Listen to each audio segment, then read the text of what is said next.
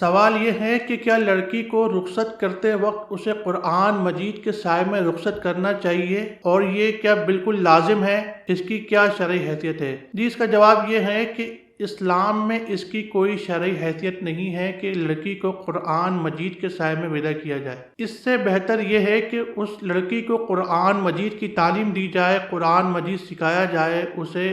جب تک اسے قرآن مجید کی تعلیمات کا علم نہیں ہوگا، اسلام کی تعلیمات کا علم نہیں ہوگا، تو وہ کس طرح ایک خوشحال زندگی گزار سکتی ہے؟ جب وہ قرآن مجید کی تعلیمات پڑھے گی، اسے سمجھے گی، تو اس پر عمل بھی کرے گی، اس کی وجہ سے، اس کی برکت سے، اللہ سبحانہ وتعالی کے کرم سے اس کی زندگی بھی انشاءاللہ خوشحال گزرے گی۔ لڑکی کو ودا کرتے ہوئے، اس کی رخصتی کرتے ہوئے اسے قرآن مجید کے سائے میں رخصت کرتا ہے اس سوچ سے کہ شریعت میں ایسا کچھ ہے، تو یہ بالکل صحیح نہیں ہے۔ جس طرح میں نے کہا کہ اس سے اچھا یہ ہے کہ اسے قرآن مجید کی تعلیم دی جائے، رخصت کرتے وقت اسے قرآن مجید دیا جائے کہ اسے پڑھو، اس کی تعلیمات پر عمل کرو۔ امید کرتا ہوں کہ آپ کو مسئلہ سمجھ میں آ گیا ہوگا۔